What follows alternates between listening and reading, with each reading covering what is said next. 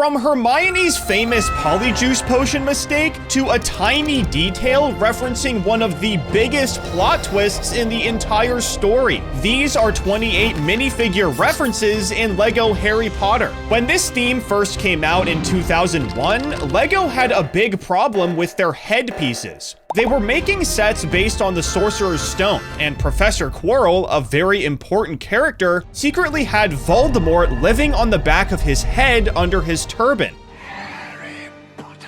And at the time, there was no way for LEGO to recreate it. Instead of making a custom head like they did for Jar Jar Binks in Star Wars, they printed faceplates on the front and back of a regular head for the very first time. It was a completely new innovation, and it's a good thing they did it, because they used it really well on Mad-Eye Moody years later. In the Goblet of Fire, Barty Crouch Jr. locked Moody in a magical trunk and impersonated him for the entire school year with Polyjuice Potion. It was the biggest twist in that movie, so when LEGO made the Harry Potter CMF series, Moody's head had two different faces like Quirrell's, Moody on one side and Barty on the other. Moody was basically known for this twist, but Seamus Finnegan is known for something a little different. In the Sorcerer's Stone, he blows up a feather while trying to levitate it, and in the Half-Blood Prince, he explodes his cauldron.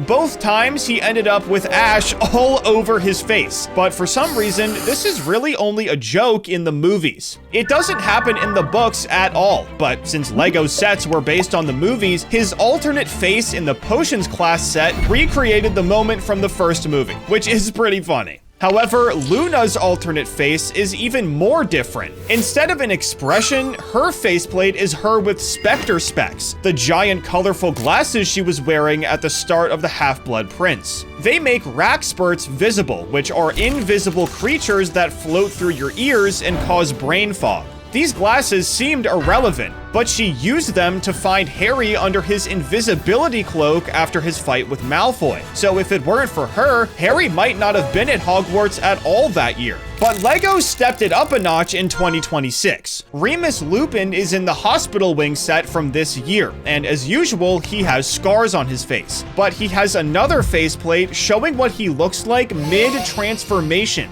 Lupin is a werewolf, and he'd been taking Wolfsbane potion all year to stay in control of his wolf form. But one night, he forgot to take it, and we saw his entire transformation on screen. This faceplate was very deliberate from LEGO, but not as much as Harry's hairpiece. Harry comes with a very distinct one that gets used for a lot of different versions of him, and it was made in 2018 specifically so you could see his scar at all times. This is obviously his most important detail, so much so that LEGO's used it for him 41 times and only 7 times for other minifigs. But LEGO also remembered Sirius Black's tattoos. Anytime his chest is visible, LEGO makes his chest tattoos printed to look like they're going under his clothes. But if you've only read the books, you might be wondering why he even has them. Director Alfonso Cuarón added them for The Prisoner of Azkaban, inspired by Russian prison tattoos, though the actual designs are a mix of alchemical symbols, Nordic runes, and different alphabets. However, fans identified what looks like an alchemical symbol associated with the wolf, referencing his transformation ability. So even though they don't really make sense in the story, his tattoos still have some meaning. Like the director, LEGO also takes creative liberties, like when they made Nearly Headless Nick in 2021. Instead of the standard white color, which LEGO actually used for him in 2018, they made him glow in the dark, giving him this slight green color when the lights are on. In the movies, Nearly Headless Nick and all of his other ghostly friends don't actually glow in the dark, so LEGO only did this because that's what they do for their ghosts, not the other way around. Stuff like this matters too, because what happened to Professor Flitwick confused everybody. In the first 2 movies, he was an extremely old man with a big white beard, but then the director changed, and all of a sudden, he looked like he came straight from the fountain of youth. He wasn't popular enough for LEGO to make him back in the day, but they've made his old man version 3 times since 2024, and the beard piece in the first one was actually made for Dwalin from The Hobbit and hadn't been seen since 2014. After this, they changed it to one that's way more common, but he isn't the only minifigure changing age, at least in spirit. This exclusive Harry Potter minifigure collection comes with Neville Longbottom's Boggart after he conquered it. A Boggart takes the form of whatever the viewer fears most, and Neville's greatest fear was Snape. So to overcome it, Neville imagined Snape in his grandmother's clothes, and it's still one of the funniest jokes with Snape. LEGO actually has a version from all the way back in 2004, when Snape's skin was still green instead of pale, and the newer version is clearly better in so many ways. The cat piece around his neck really ties it all together.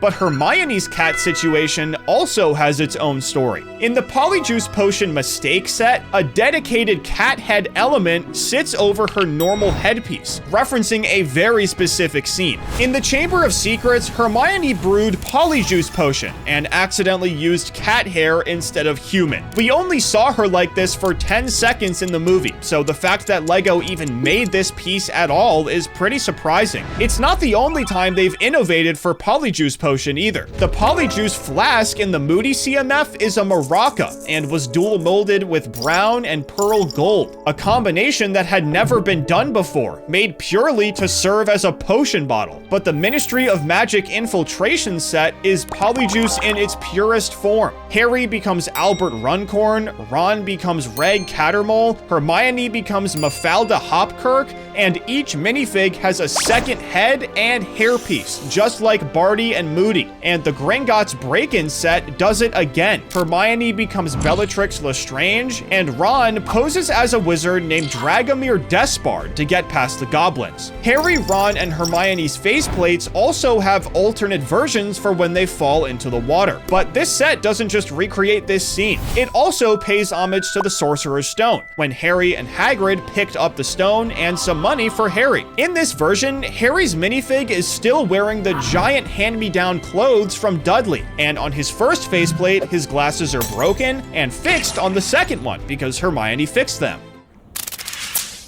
Dobby's CMF accessory is Tom Riddle's diary, printed with the stab wound Harry gave it with the basilisk fang at the end of the Chamber of Secrets. But that's not all. The book also has a printed tile of a sock inside, referencing how Dobby got his freedom.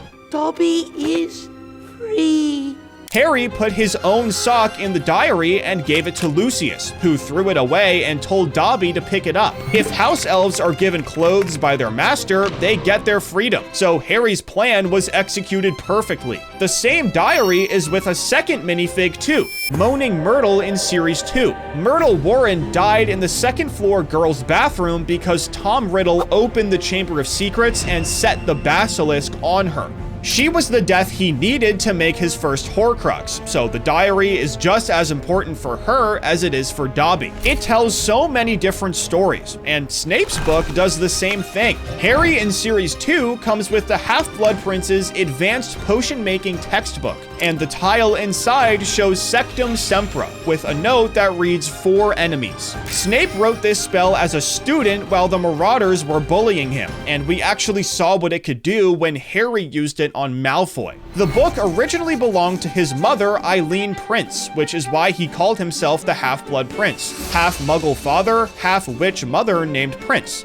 However, Luna's Quibbler tile tells a much shorter story. The tile remakes the Quibbler cover from the movie, except the human face on the front page has been replaced with a LEGO minifigure head. This is pretty standard to see in LEGO, but Neville's Series 2 accessory does not get talked about enough. The Monster Book of Monsters is built from a book cover plus a slope with printing forming teeth and a tongue, which LEGO literally never does. In The Prisoner of Azkaban, Hagrid assigns it as the Care of Magical Creatures textbook without explaining that you have to pet the spine to calm it down. Students spent the entire summer wrestling their copies, and apparently Neville kept his in a cage. George Weasley in Series 2 gets the Marauders map, specifically after the mischief has already been managed. This is the map that shows every classroom, hallway, and even every person inside Hogwarts with the homunculus charm. There are phrases to both show the map and hide it. But of course, Fred is also up to no good in Series 2. His minifig comes with a seemingly innocent briefcase, but when it's open, it reveals a gambling booth to bet on the competitors of the Tri-Wizard tournament. Fred and George are a package deal, and so are Lily and James Potter. Lily holds infant Harry, the last moment the three of them were a complete family, and James holds a family portrait. Both of them were designed to be collected together. In the main story, they exist almost entirely as photographs and memories. They're literally only ever seen together, besides the Snape flashback. It's definitely pretty sad. So let's cheer up with Ron's outfit in the advent calendar from 2020. He's wearing Great Aunt Tessie's ancient dress robes that he wore to the Yule Ball, and he even has an alternate faceplate of pure and utter disgust. It's an awesome scene to recreate, and so is the one in the Diagon Alley set from 2020. Now, it recreated a lot of scenes with the 17 minifigures, but one of them is when Harry, Ron, and Hermione bought their books in the Chamber of Secrets. Harry tried to get to Diagon Alley with flu powder, but slurred his words and ended up in Nocturne Alley, a very scary place. His entrance wasn't exactly smooth either, so Lego gave him a faceplate with a dirty face and even a broken lens on his glasses. Now, Lucius Malfoy in the same set doesn't come with a wand. He comes with the snake-headed cane, the one that hides his wand inside. Jason Isaacs actually pushed for the cane himself on set, and it became so associated with Lucius that Lego chose it over his actual wand.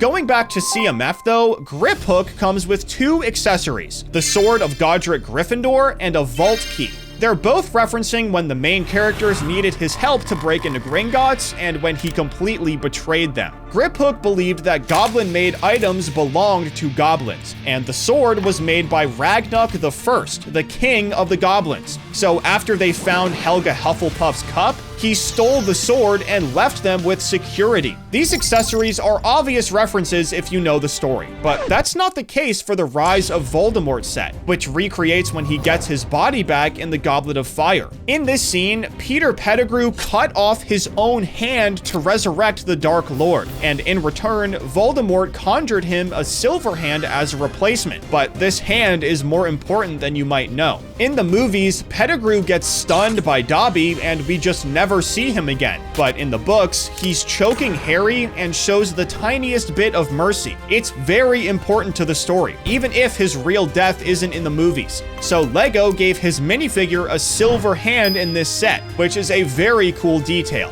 However, there's something even more subtle with Pettigrew in CMF Series 1.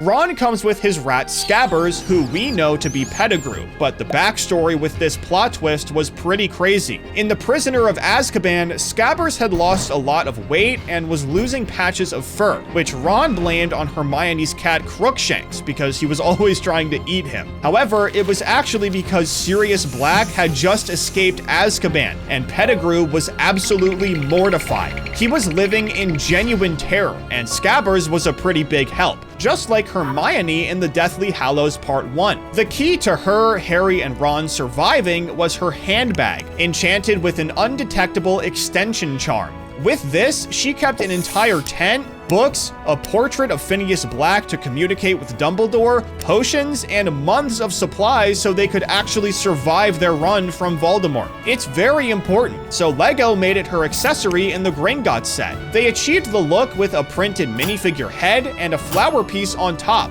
and it actually looks pretty good compared to the real one. But which of these references surprised you the most? Be sure to let me know down in the comments, and don't forget to subscribe.